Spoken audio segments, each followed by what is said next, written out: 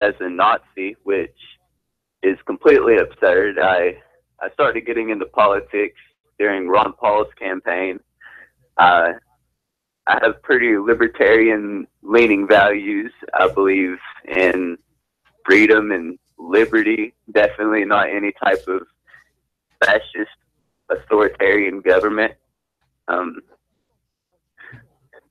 I'm a Trump supporter. I do consider myself, to be what you would call, I guess, a civic nationalist. I don't believe in a type of white ethno-state or anything like that. I just think that our country should have strong borders and a good vetting process for immigrants. Right. That doesn't make you a racist just because you think immigrants should be surveyed on the border. Yes, my views are completely, being distorted by people. Right, and that's not Nazism.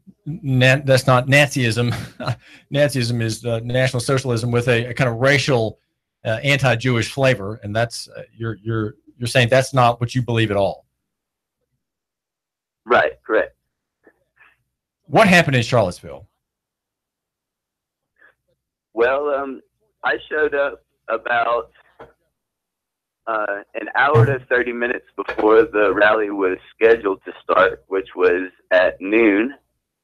So we were actually inside of the rally, inside Emancipation Park, at about 11:30, and right around noon, the state police declared the gathering an unlawful assembly, and they forced everyone who was in the park out of the park onto Market Street, where all these Antifa and Black Lives Matter protesters were just waiting for us, frothing at the mouth.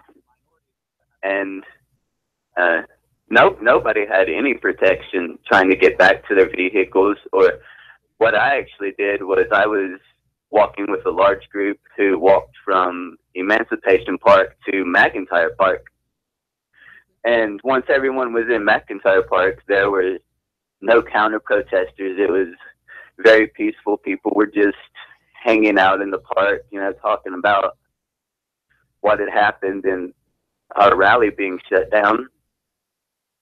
And after that, we left the city because we heard it had been declared a state of emergency, and any assembly at all was being declared unlawful, any gathering.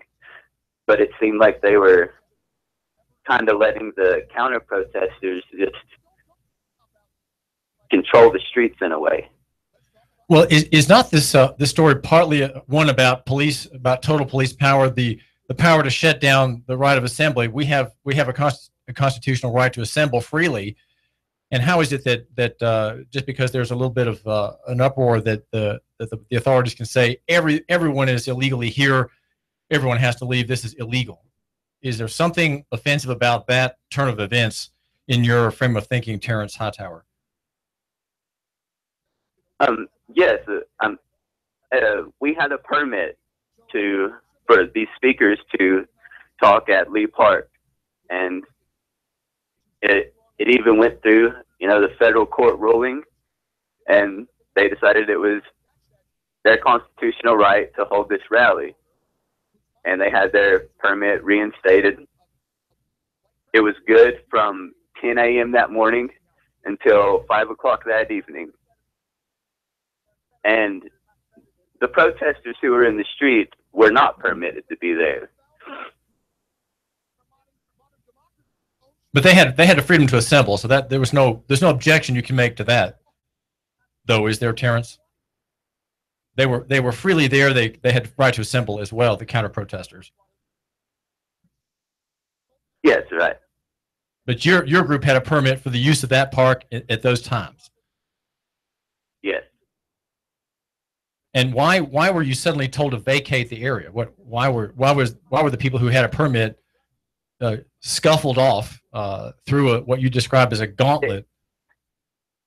It's it's not very clear. We actually witnessed a National Guardsman throw what appeared to be some type of little smoke bomb.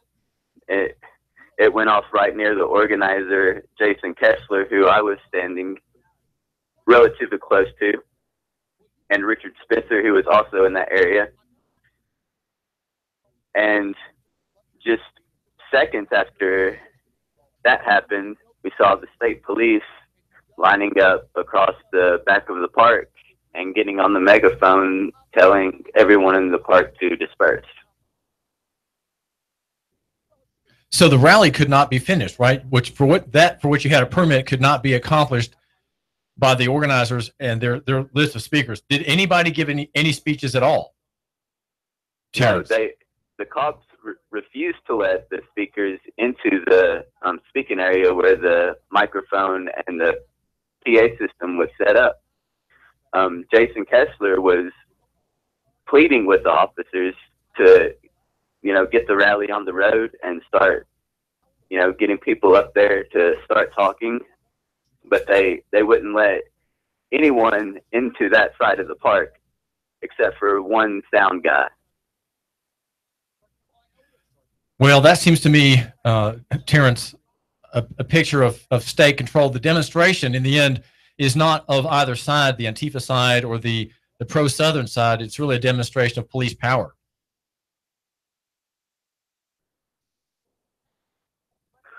I would agree. Well, it seemed like they weren't making an effort to really protect either side, to be honest about it. Now, were you injured, or did you get tased, or get a whiff of tear gas yourself while you were there, or your sister? My friend that I was with, he got pepper sprayed walking into the event, and my sister also got sprayed as we were evacuating the park and trying to get back to our vehicle. But I myself was not attacked. Well, being pepper sprayed is an extraordinarily painful and agonizing experience. Yes, sir. There's even a speaker who was set to speak there. He goes by the name of Baked Alaska. He had acid thrown in his face, and as of right now, he can only see 3 feet in front of him. But I haven't heard that covered in the news media at all. Well, the reports in the press in Chattanooga said that you were outed as a Nazi. That's the language, I think, on TV 9, that a coworker at your locally owned restaurant outed you, meaning declared that you were making an allegation that you were a Nazi, and that somehow you were ended up getting fired. What happened? What happened there? What do you say about that experience, Terrence? It just seems like a total witch hunt. There is a couple people that I worked with who self-identify as anarcho-communist, and they had found out that I attended this rally, and just the fact that I was there was enough to set them off enough to start calling me a Nazi all over the internet. So go ahead. She was also angry that one of the managers, who is a friend of mine, had written her up for calling me a Nazi as soon as I walked into the door the next day after the rally. We're talking with Terrence Hightower, who's 28, who is a local victim of the shrieking objections to the events going on in Charlottesville. He was there to support statuary commemorating great Southern heroes such as Robert E. Lee. The statue there is in the Charlottesville Park, is being taken down by race-oriented critics who have convinced the establishment to do so. And he is a Trump supporter.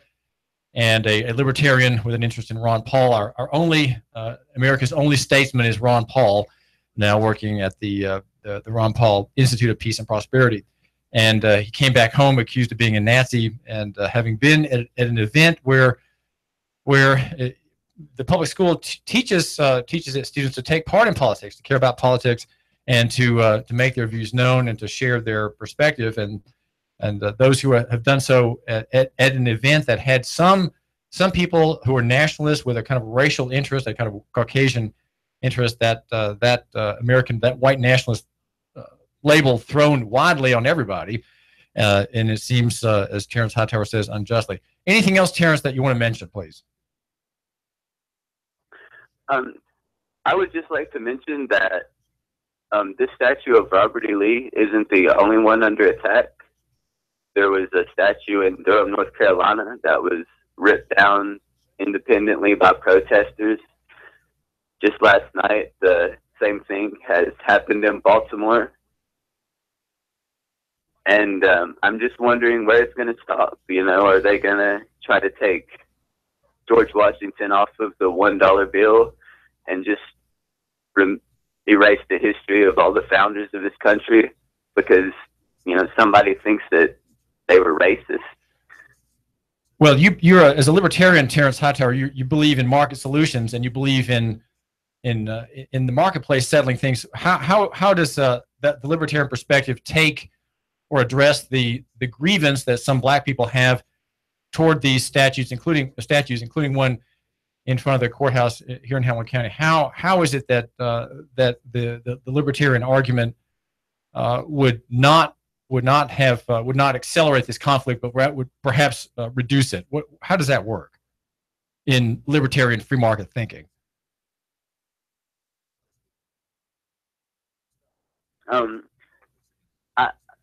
I'm not sure what you mean by the free market and.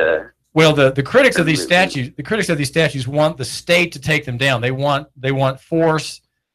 They want the police effectively to take them down as offensive, as inciting to riot, as inciting racial hatred, right, and so on. But that's the state solution. You're a Trump supporter, and you're also a libertarian. What is a libertarian solution to these problems? The problems posed, if you will, by the existence of these statutes in hundreds of places around the South. Is there an answer to these statutes, or what do you recommend?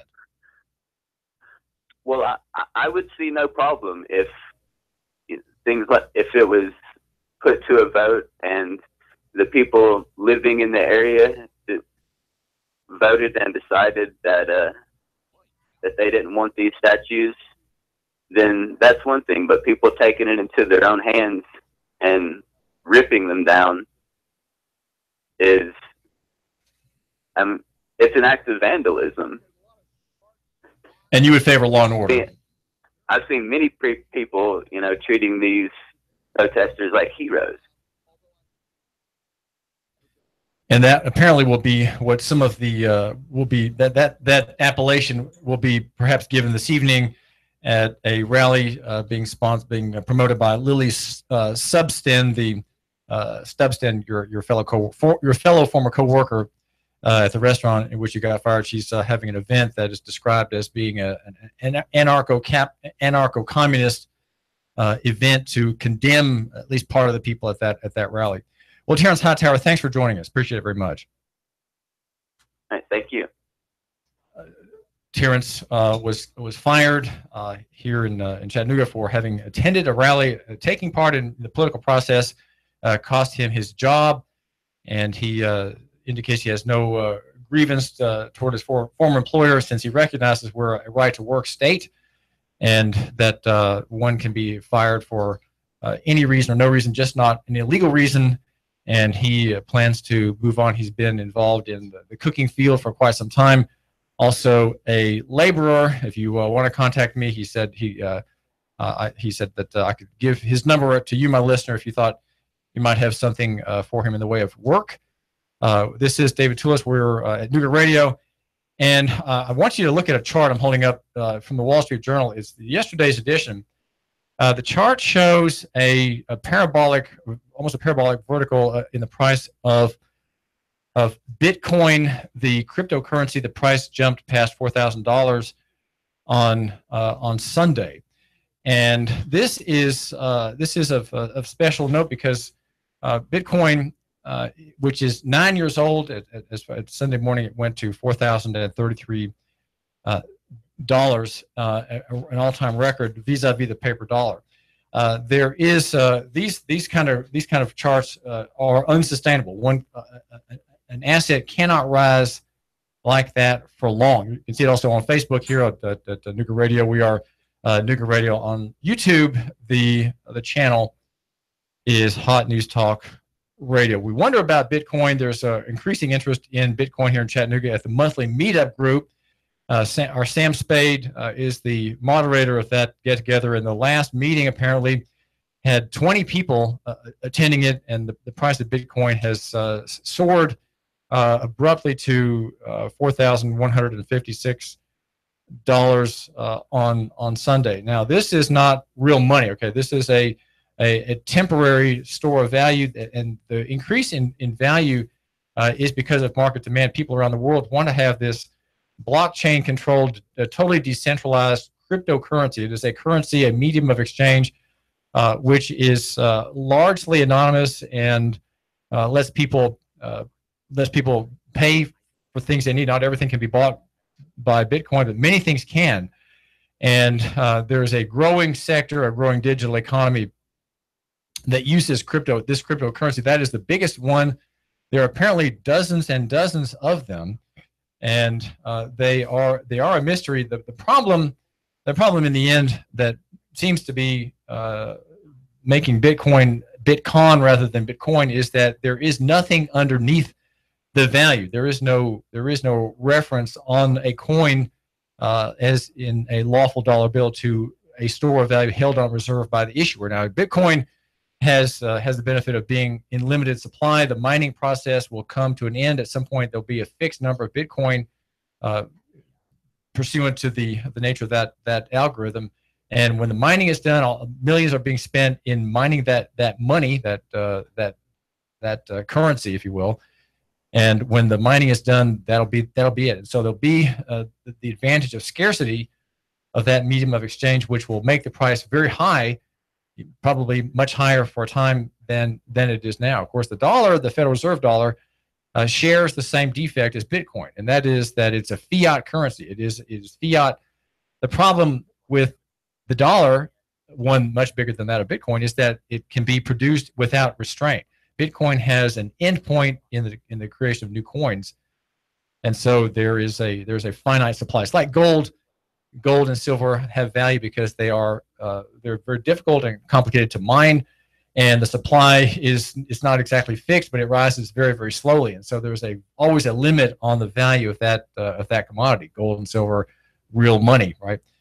Bitcoin has that as an advantage with gold and silver, the limit in the supply. At least as far as we know. But the dollar has no limit, and so the dollar is made in the trillions of trillions in new money in the fractional reserve banking process, in the emission of dollars by so-called bond buying by central banks that makes new money that monetizes national debt, and is bad for everybody. I count in a coming piece at Nooganomics.com.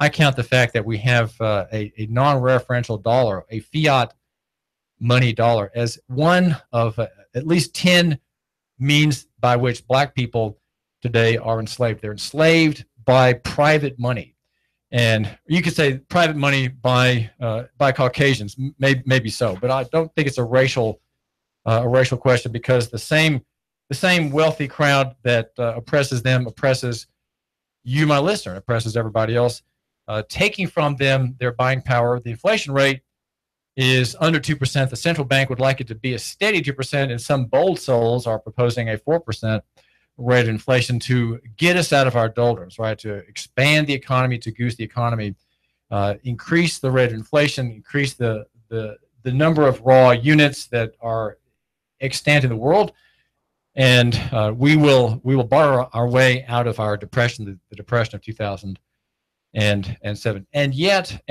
the increase in central bank issue has created a massive worldwide inflation, and there are few ways of stopping that. But keep an eye on the price of silver and gold. Silver right now is in discount. There is a great deal of manipulation in that market, and it's in your favor if you're thinking of shifting out of paper money into lawful coin. That would be silver. I recommend 90% silver by the bag or half bag. That bag of silver now $1,000, and silver is about $12,000 or $13,000. It's very much to your advantage to move now into lawful money and store your value. It's not an investment, it's savings. David Tulis, Nooga Radio, brought to you by Nooganomics. The Tennessee Valley's news, talk, and sports leader, Nooga Radio, AM 1240.